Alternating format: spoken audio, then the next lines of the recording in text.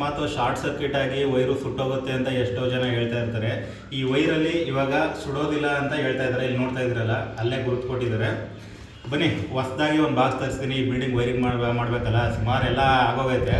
ಒಂದ್ಸಲಿ ಚೆಕ್ ಮಾಡುವ ಅಂತ ಇನ್ನೊಂದು ಬಾಕ್ಸ್ ತರಿಸಿದ್ದೀನಿ. ಇದನ್ನೊಂದ್ಸಲಿ ಚೆಕ್ ಮಾಡಿ ತೋರಿಸ್ಬಿಡ್ತೀನಿ ನಿಮ್ಮ ಮುಂದೆನೇ.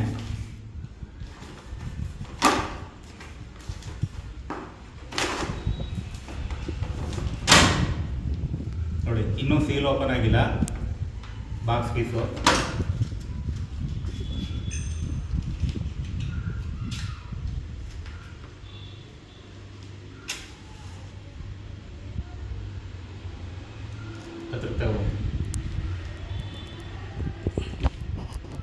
ನೋಡಿ, ಇದು ಸುಡ್ತಾ ಇದೆ ಹೊರತಾಗಿ ಅದು ಬೆಂಕಿ ಹತ್ತಾ ಇಲ್ಲ.